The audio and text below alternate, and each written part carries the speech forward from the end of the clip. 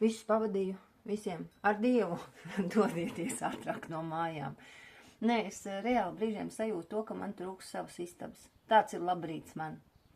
Man tiešām akūti trūks savas istabas, tā kā Virģīnijai Vulfai. Neesmu izlasījis līdz kalam to grāmatu. Man liekas, ka toreiz sāku un kaut kā pametu. Kauns. Jābrauc ir 25 pāri jau. Un jādodas uz darbu. Šodien vēl visādi citi mazi darbiņi. Tādi kā svētais ūdens. Nē, bet tās visas ir labas lietas. Jā, man pietrūks savas istabas, kuras var vienkārši pati pabūt. Jo man ir tā, un kā es visu laiku esmu ar cilvēkiem. Es esmu cilvēks vientuļnieks pēc dabas. Atnāku mājās, viss pilna istaba. Mana istaba ir, mūsu ar vīri istaba ir tikai tā gulta, bet tur visi visu laiku sēž. Un tā ir, jā. Un tad, ja cilvēkam pietrūks laiks ar sevi, tad kļūst nīgrs, dusmīgs un neko vairs negrib. Bet tas ir uz īsu brīdi. Protams, mēs pieņemam dzīves noteikumus, kādi tie ir. Mums jau blakus ir vecā māja, kura, kā saka, ir projekts. Kas ir projekts? Un viss vēl priekšā. Vai man šodien ir tāda viena sarežģīta situācija darbā plānota? Jau vakar iesākās, un kā šodien būs, nezinu. Kā saka, jūs man paši neļāvāt stāstīt? Man pielipa šitie te no puķis. Nē, pareizi jūs man. Visnībā tā ziņa pirmā Nora, manuprāt. Paldies liels. Droši vien,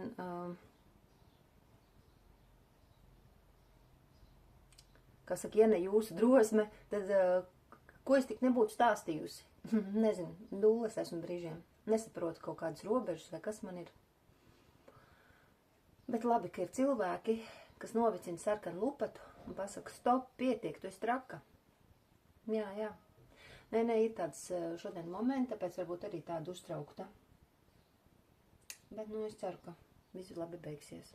Tur tāds netīrs ne. Trauku dvielas ir tīrs, tikai slapšs.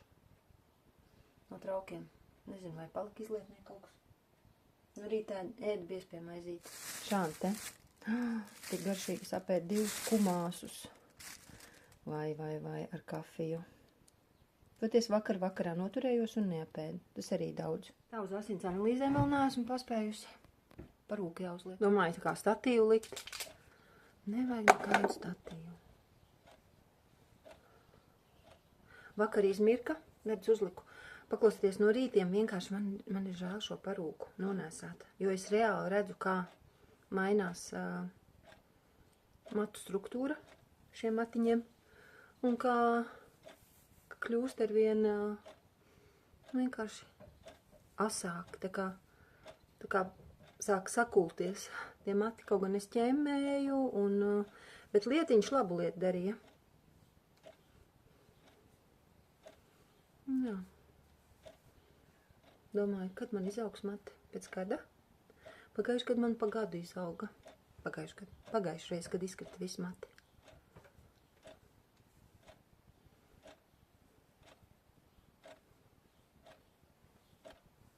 Bet pagājuši reiz nestrādāju.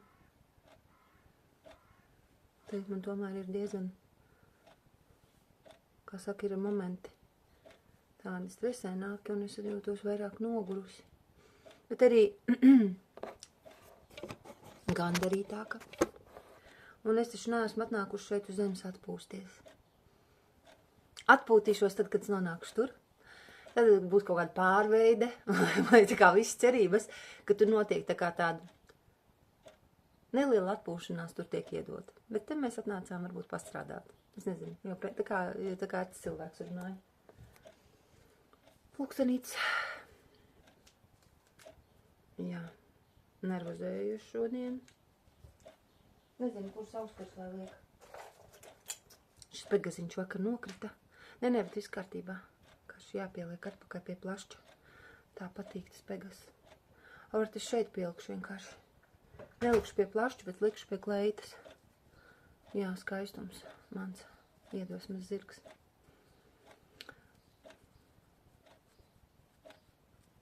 Pulksteni tikšķu. Nav skar vēl jāieliek. Domāju un gaidu, kad būs vasara. Vasara kā nenāk, tā nenāk. Droši vien visi jau gaida. Nē, bet jūras ūdens ir citādāks. Tāds var redzēt, ka tā kā jūra gatavojas un aicina mūs, lai mēs nākam peldēties. Viss. Sēdīšos uz ēzeļa un aidā. Lielo dēlu tikko runājam. Nu, viņam jālasa skolā ir, vai kāds te kadrs, cik laimojošs. Žils Verns 2000 vai 20,000 jēpa jūras dzelmi. Var sakot, es vispār no skolas atceros, ka es sāku lasīt kādreiz Žilu Vernu. Man nepatika. Galīgi nepatika, es pat nezinu, kā es tur... Es nezinu, kas tur notika, kā es tik galā ar to, bet nu... Un mēs tāt lasām skaļi brīžiem, un viņam pašam 35 lapus dienā jāizlasa. Tad caur asarām. Nu, bet īstenībā, es nezināju, ka Žils Verns ir tāds meistars, tik gudrs zellis bijis, tik zinātniski, tik daudz visādi jūras radības, jūras valstības iemītnieki aprakstīt sīki un smalki. Nu, bet mūsdienu bērnam tā valoda ir ritīgi ļoti sarežģīta. Ai, vasara, vasariņa, tik silta, ka man vienkārši pat rokas salst braucot. Vējš, augsts, ar šo plašķu man šodien ir augsti. Nu, nevar saprast, vakar bija karsts laiks, šodien atkal augsts. Nu, jā. Labāk vienu kārtu apakšā, jā, un pēc tam novilkt. Vēl es arī domāju, no nākamās nedēļas man vairs nesanāks šāda braukāšana. Man būs tikai, nu, viss diezgan tuvu. Varbūt tas man rāda, ka man jāiekļauj savā dzīvē sportiskās aktivitātes. Netālu no tām mājām. Tur ir sporta zāle viena. Varbūt tieši pēc darba uzreiz uz sporta zāli. Nu, vismaz kaut kāds vingrinājums. Es nezinu, man tā vienkārši ienāca prātā, jo tas 9. valis sports manā dzīvē, paklausieties, viens ir kustēties,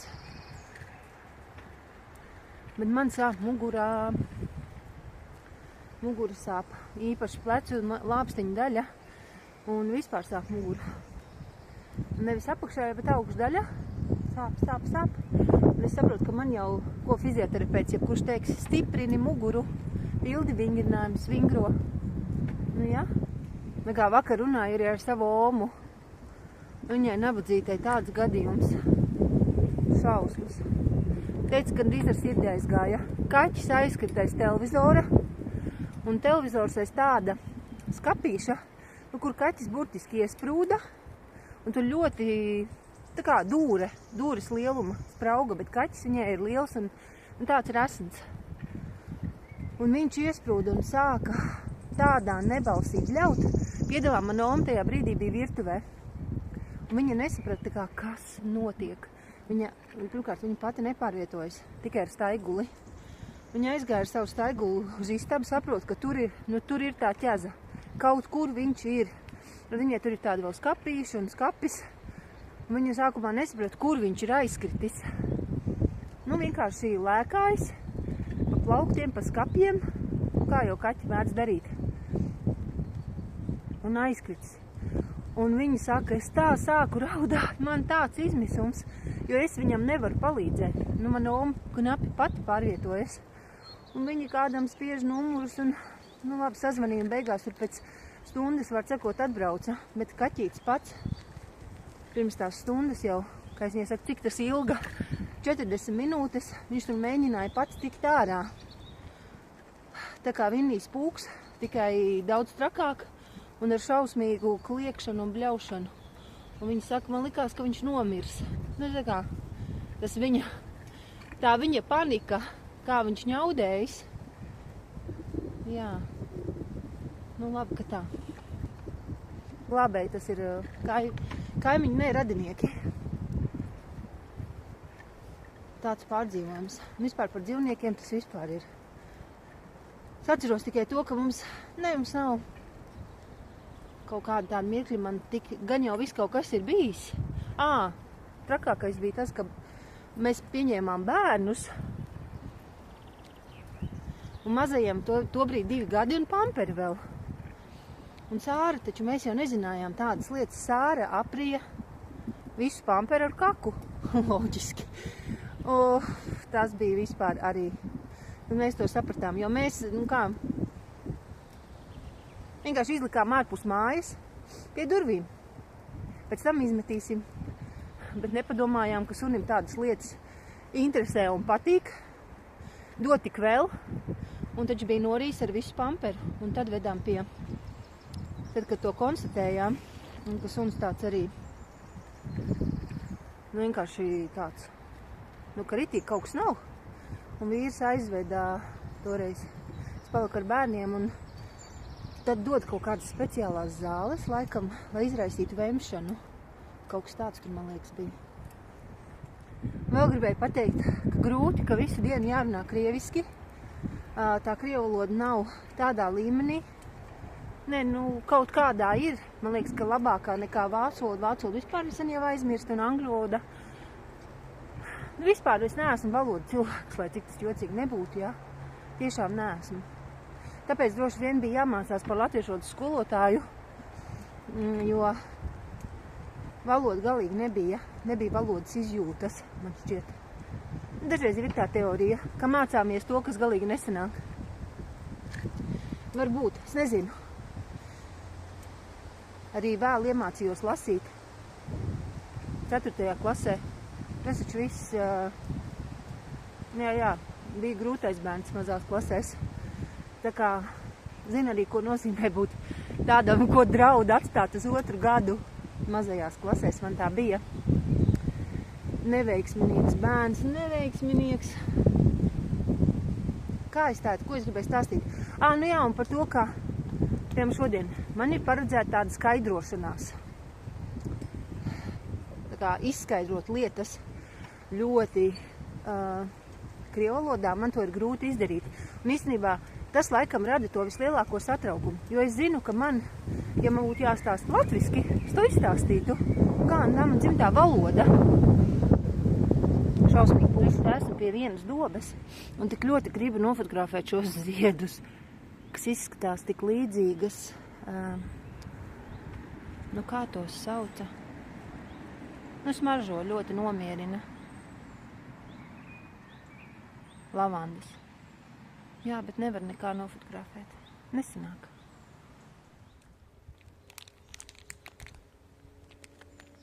Ja ko vienu punktu pabeigts, tad braukšu uz otru. Kaut ko gribu sapēst. Kantaina galva.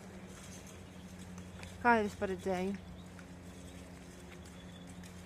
bija skaidrošanās par lietām. Tīri elementāri. Mēs savā darbā nedrīkstam pieņemt dāvanas, nedrīkstam pieņemt naudu. Jā, un tad sanāk tā, ka es pasaku cilvēkam atvainojiet, es nevaru to pieņemt, un cilvēks ir ļoti, ļoti dusmīgs. Bet, saprotiet, ir starpība, ko dod. Ja dod konfekts, kāpēc nepieņemt, jā, vai dod svecīti, vai vieli, jā, vai paladziņu. Kāpēc to nevar, to es kā pieņem, tā ir cita veida dāvana. Un tad ir dāvanas, kas ir, tādas, vērtīgas lietas. Un vēl cita lieta, ka cilvēks dzīvo viens pats, viņam nav, ne ģimenes, nav kam, var sakot, savu bagātību atstāt. Tad ir cita lieta. Jā, sanāk, ka es tā kā padalos ar šādu problemātiku savā darbā. Bet tad, ja cilvēkam ir ģimene, es saprotu, tas ir ļoti diskutabls jautājums. Tas ir atkarīgs no ļoti daudz kā. Bet ar dāvanām jābūt ļoti uzmanīgam. Jo visu laiku jau tomēr saglabājas arī tas, ka mēs esam darbinieki, mums par to ir nauda, mums maksā valsts algu. Mēs nedarām to vienkārši tāpat par baltu velti.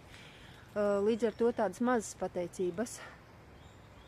Vēl tādas lielas pateicības ir slidenas, jo ir bijuši dažādi gadījumi. Un kā? Cilvēks pēc tam vienkārši var pārdomāt. Tas tāpat kā piemērs būs tāds, atceros, bija 4. klase. Un bija tāds viens puisītis, viņš var sakot, bija ļoti priecīgs tajā dienā. Viņš atnāca, viņš bija izveidojis savu kompaktdisku, sarakstījis mūzikas disku, un tur bija viņa mīļākās dziesmas. Viņš bija noformējis ļoti skaisti, tādā aploksnē, krāsaini, viss kaut kas, un viņš man uzdāvināja. Lūdzu, tas ir tev. Un tad sanāca tā, ka notiek tā latviešu valodas stunda, un viņam nav mājas darba. Un es saku, piedod, man tev jāraksta ir piezīme. Un mums bija toreiz tā, ka, ja nav izpildīts mājas darbs, tad bērns paliek pēc stundām. Viņš šausmīgi apvainojās. Viņš pienāca pie manis pēc stundām un pateica, atdod disku. Tieši tā arī teica. Nevis tāpēc, ka tajā skolā skolotāju uzrunājuši tu, atdod disku, un es ar tevi no sērijas vairs nedraudzējos. Jā, tas ir līdzīgi. Es varu neizpildīt kādu no vēlmēm, un tad man teiks, jā, tas visādi var būt, tāpēc tomēr tās robežas ir jāsaglabā. Es tā uzskatu. Ieiešu tagad aptiekā, Maksimā, visu ko tā. Mājām nopirkšu. Iznācu ārā. Nezinu, vienkārši nav spēka vairs. Tā piekusi, man šodien iznes smadzenes. To es taču varu pateikt. Vienkārši sēžu. Tik ilgi mēs gaidījām aptiekā vēl, kad dienas tur zāles. Vienkārši sapratu.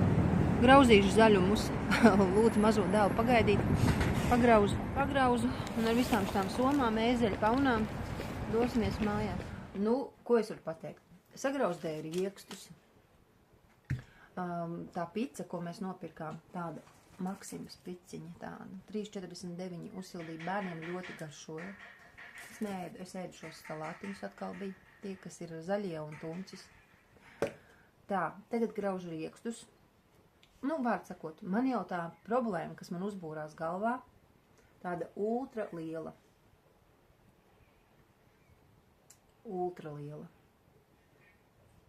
Bet es piezvanīju savai māsai. Viņa pajautāja, vai viņai ir laiks. Un es viņai visu izstāstīju, tā saka, tas ir viss. Tu par to tikai uztraucies. Tā kā, tiešām, uzreiz nopūtos.